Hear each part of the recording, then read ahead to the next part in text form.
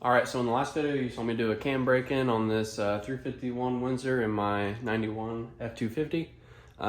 Cam break-in went good, ran the engine at 2500 RPM, varying it between 2000 and 2500 for about 30 minutes and had no issues. That being said, the motor should be good. The truck still needs a little bit of work along with the motor to get this thing on the road and driving. Couple of things that needs is I did pull the distributor and the distributor gear was chafing, so that needs replaced. The inner springs on the valve springs need put back in. When you're breaking in a flat top camshaft, you want to make sure you take that inner spring out if you're running a double valve spring. So that way you have just minimal pressure on that cam lobe. Another thing is needs brakes, ain't got no front brakes. What else? Spark plugs. I pulled spark plugs. We were running really rich. That could have been part of my fault because yeah, I didn't wire up the choke. It's an electric choke, and you obviously need to wire that up so it works properly. Don't know why I didn't think of that, but the choke was not open all the way when we were running, so we were running pretty rich. Spark plugs, I'm just gonna throw some new ones in there just to be on the safe side. Unfortunately, I've been real busy. The truck has been sitting for about 4 or 5 months, so that obviously is really concerning. It's been sitting through the spring, so a lot of rain, a lot of moisture. I've cranked the engine over by hand a bunch of times just to keep the engine in a different spot, you know, for not a long period of time. And I've primed the oil pump a couple times.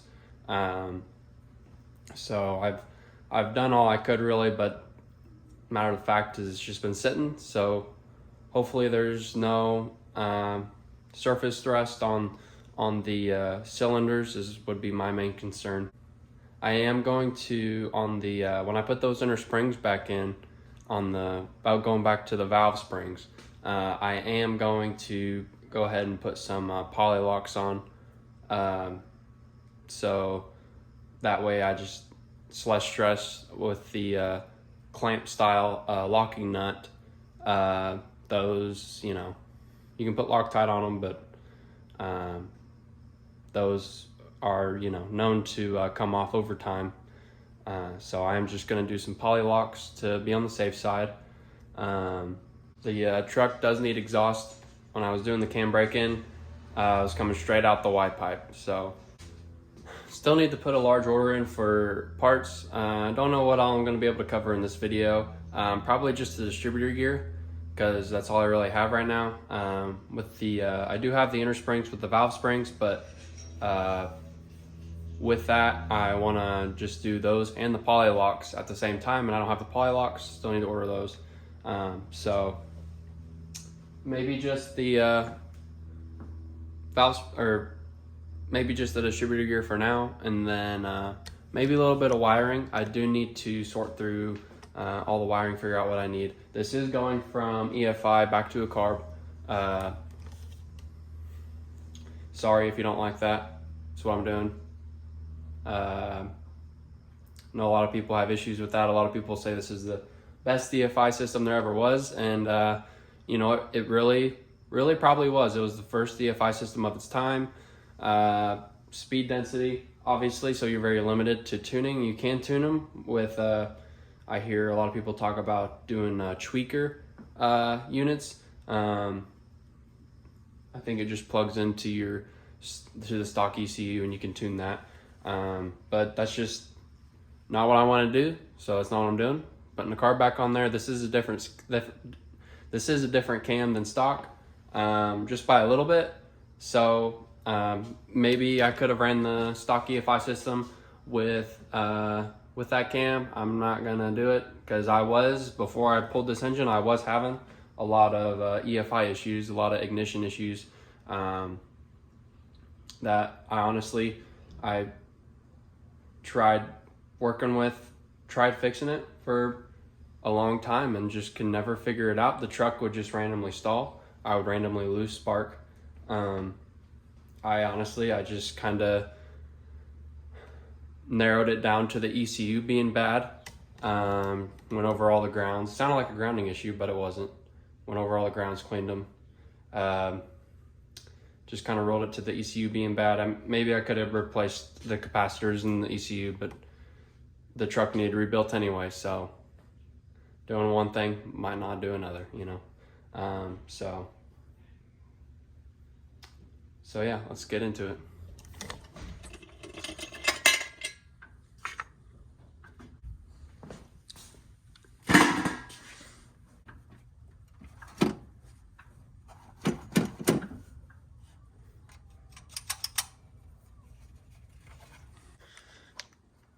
For anybody curious, this is a 351 Windsor.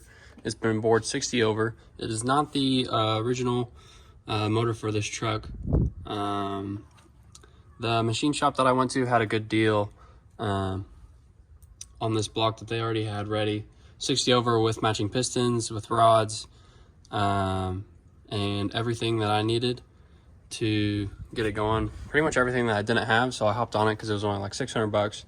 And that would have been cheaper overall than having them do my block, because they just wanted to get rid of it. They just had it sitting around.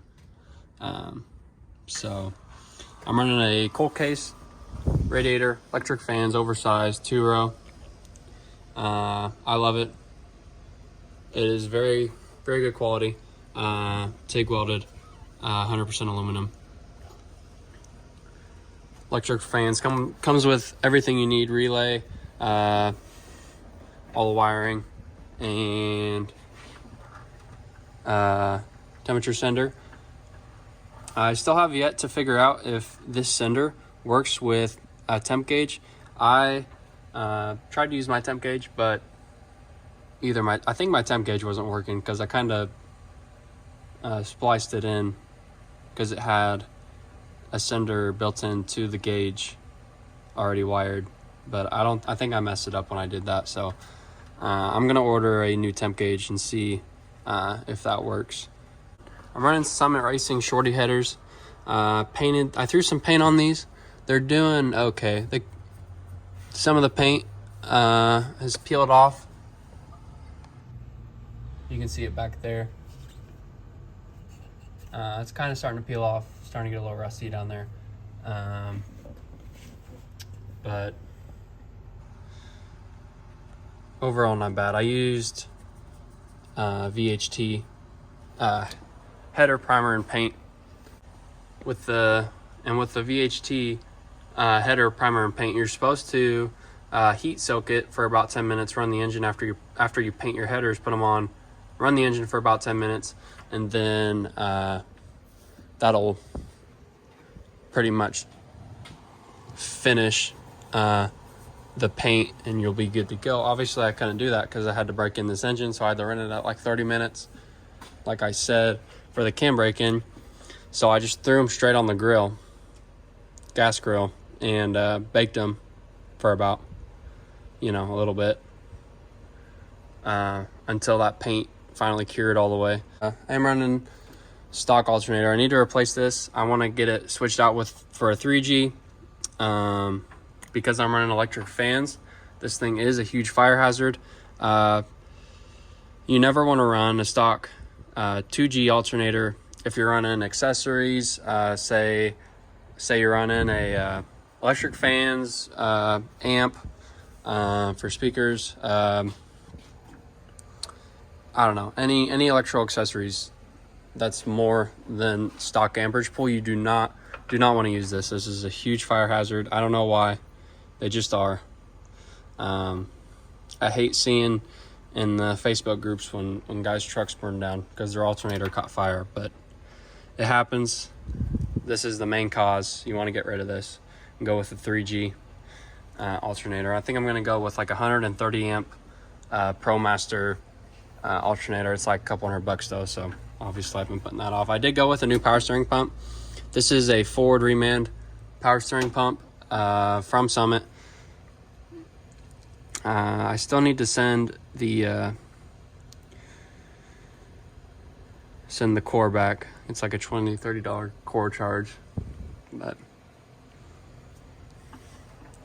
and then top that off, going with a Holley 4160 carburetor, electric choke. I'm using this throttle bracket right here from Summit, just a Summit brand. There's other companies that make these, but Summit had it the cheapest, and obviously it's working, so I'm just gonna keep that. It did work with my oh yeah, that was the main reason I got this, was because the stock bracket works with it. It sits in right here. It's got a square for this part to sit in, and then obviously this works. It's just the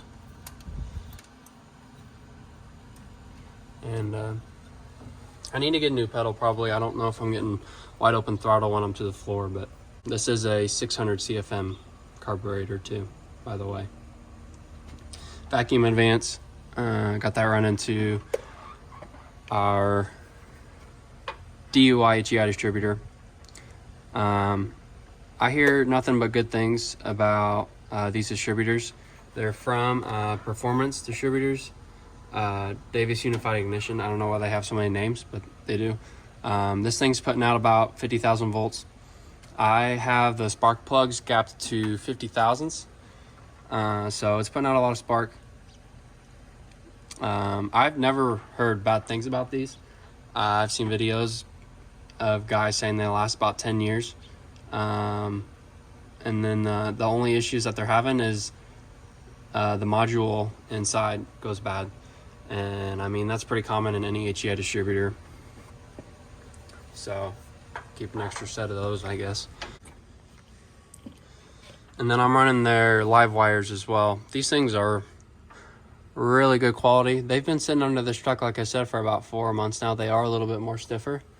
This heat wrap, I guess, is what this is. It's a little stiff, honestly, from sitting outside for a while, I guess. So I'll have to see how they last. Honestly, the only gripe that I have is just kind of how messy these wires are. I like a good organized engine bay. I'm pretty OCD, so there was one wire that was a little tight too, and in the instructions they do say that if you have any wires that are too tight, please send them back and they'll get you the right length, because they are numbered, which is kind of nice.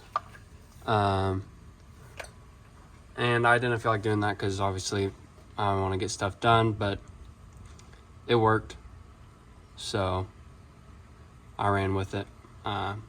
Might call him, see if I can just, maybe call him, see if I can just get a plug wire. I wouldn't mind paying for it. But this distributor hold down is just a 1/2-inch bolt. And unhook vacuum advance. I'm not worried about making sure this distributor gets back in place perfectly, because I'm not going to be running the engine until I get those inner valve springs back in. Just got to unhook our connections on the back here. There we go. I just had battery. I ran 12 volts straight to the battery when I broke in the cam. This thing needs a minimum of like 10 volts, I think, cranking. So hopefully that's not an issue going forward. And just come straight out.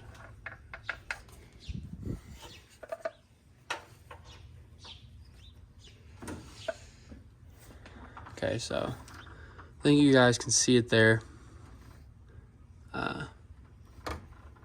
It's the wrong side. We're chafing pretty good there on the gear, if you can see that.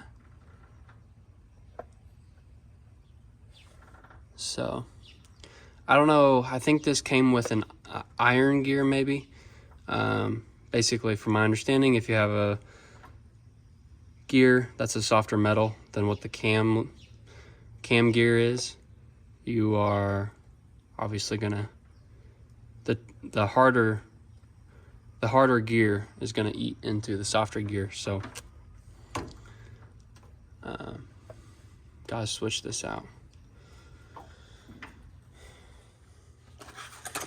I called Comp and asked them what gear I should go with. They said this melonized steel cam is this melonized steel gear is compatible with any type of gear. So hopefully that's true. There's no details or anything on this. 0.531 is the standard diameter for most 351 Windsors, I think. American made, we like to see that. So I'm gonna try this out. Hopefully it fixes our issue. This thing was like $100. Freaking scam if you ask me. But see how this goes. One issue I already noticed is that there's only one hole on this gear right there, and we have 2 holes for our pin to go all the way through. So guess I'm gonna have to drill this all the way through, which is kind of dumb.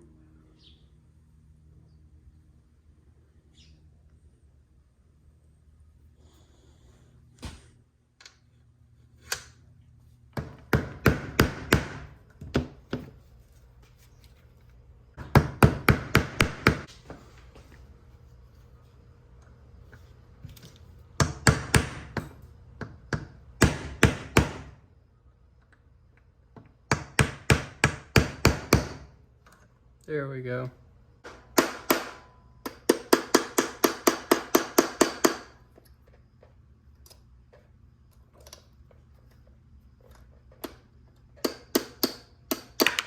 There we go.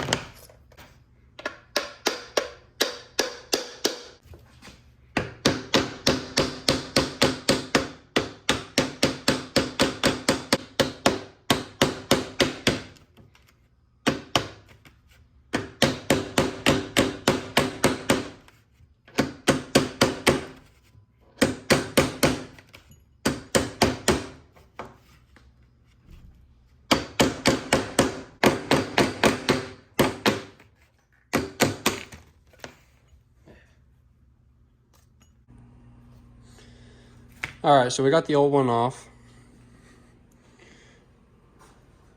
As you can see, if you can see it, it's a little chafed on the right side there. So not good. If we would have kept running this would have eventually failed.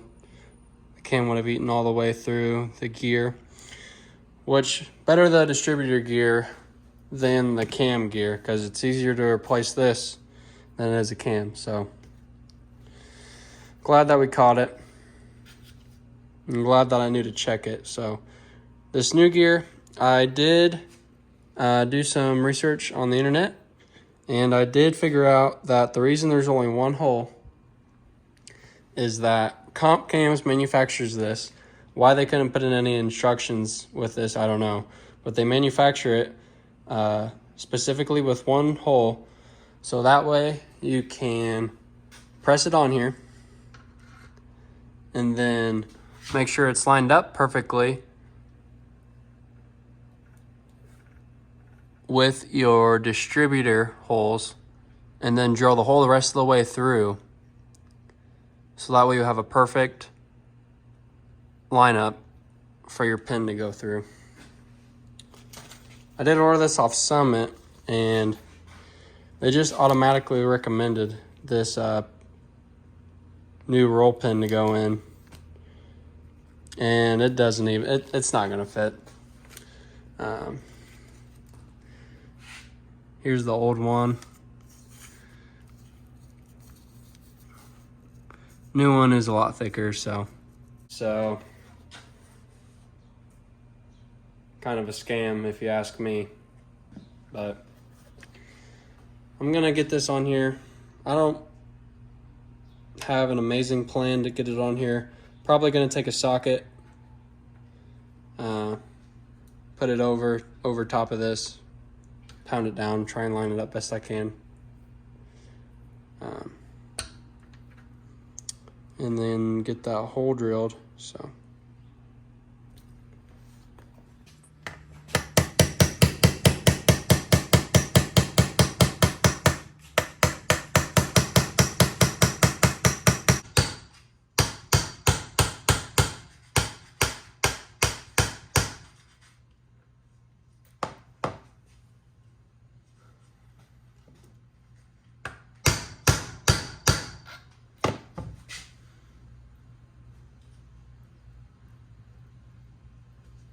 Perfect. I'm sure I just voided all the warranties for this distributor now, but that's fine.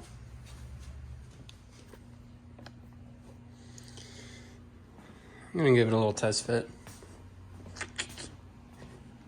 Got a little electrolysis going on right here. A little cast iron restoration. Spin the gear.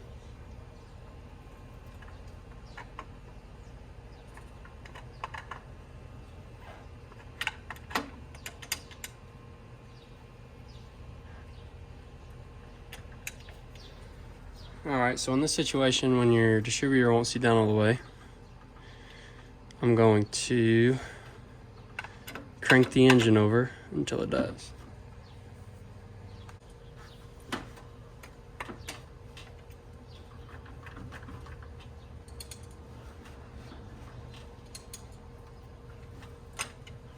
There we go.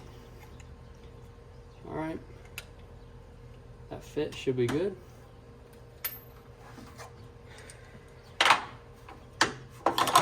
Let's get that roll pin in there. Let's check this first. Yeah, I don't see any issues. All right, so with the old gear, a 5/32 drill bit fits perfectly in here. So I guess that's what I'm gonna use. The hole on the new gear is a little smaller. So hopefully that doesn't give us any issues.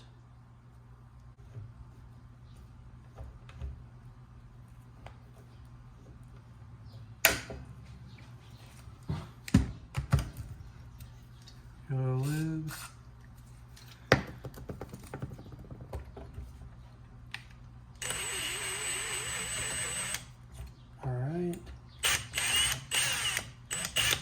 Should be all the way through. We can see,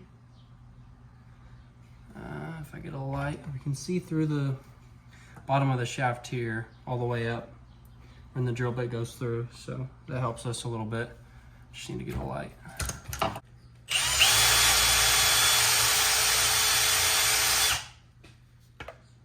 some pressure.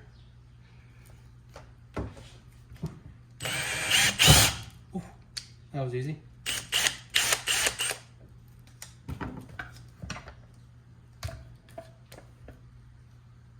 All right, we're all the way through. Now we just gotta clean this, get all the metal shavings off of it, and we should be good. All right, that took me a while, but I got all the metal shavings out of there.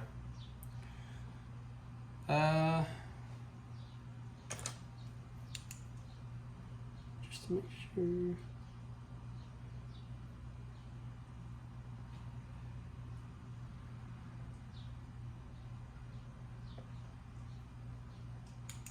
So after taking a look, this old pin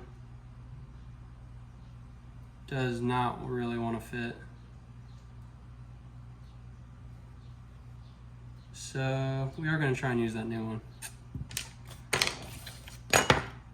Maybe it's will fit. Maybe someone didn't know what they were talking about.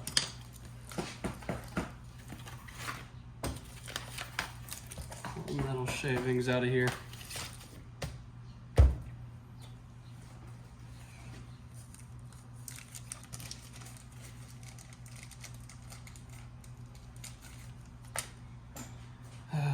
Don't fit. Think this is gonna fit though. There's no way. Well, different. I'm gonna have to get a different roll pin.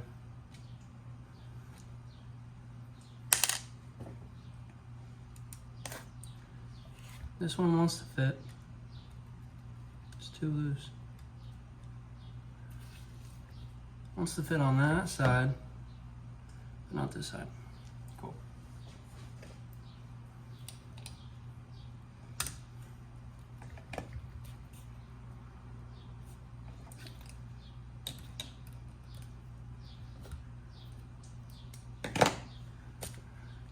We will continue this when I get a different roll pin.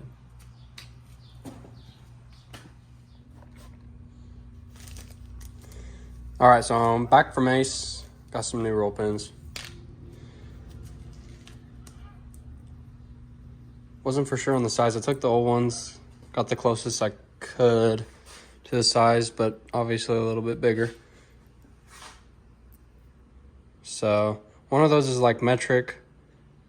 One of them is SAE. I can't remember the sizes, but I just got the closest I could to the original pin. Hopefully they work.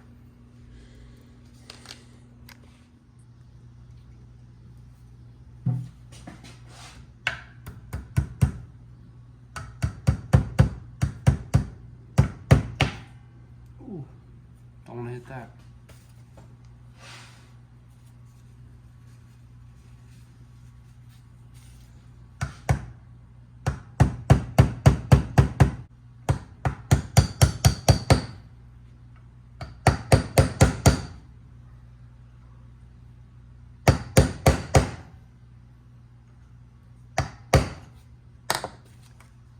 Alright, that was easy. Hopefully not too easy.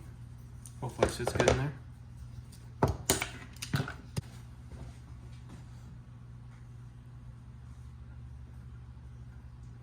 Good as new. While I was at it, I already put some grease on this gear. I just put some Driven Racing engine assembly grease on there. This stuff's great. I put this stuff on the all the cam lobes and the bottom of the lifters before I broke in the cam. So put this stuff on, it's not gonna go anywhere, it's gonna stick. So that's what we want.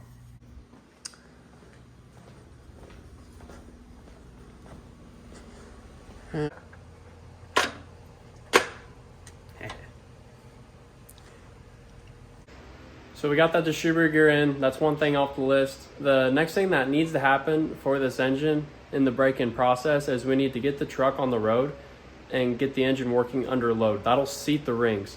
I forgot to mention that in the beginning of the video, but the two big things to make this engine build happen was do the flat tie bed camshaft break-in, which was good, and now we need to seat the rings. You can seat the rings by putting the engine on a dyno, or you can get it on the road and do it that way, with the load being the truck. So we still have a huge list of things to do, so hopefully we can get there sooner or later. I'm thinking in the next video, it's probably gonna be that inner spring, poly locks, and exhaust. So that way we can get that carb tuned in, get that timing right, so we can get this truck on the road. If you liked the video, let me know. If you didn't like the video, let me know what I can improve on, and I'll see you guys later. Thank you.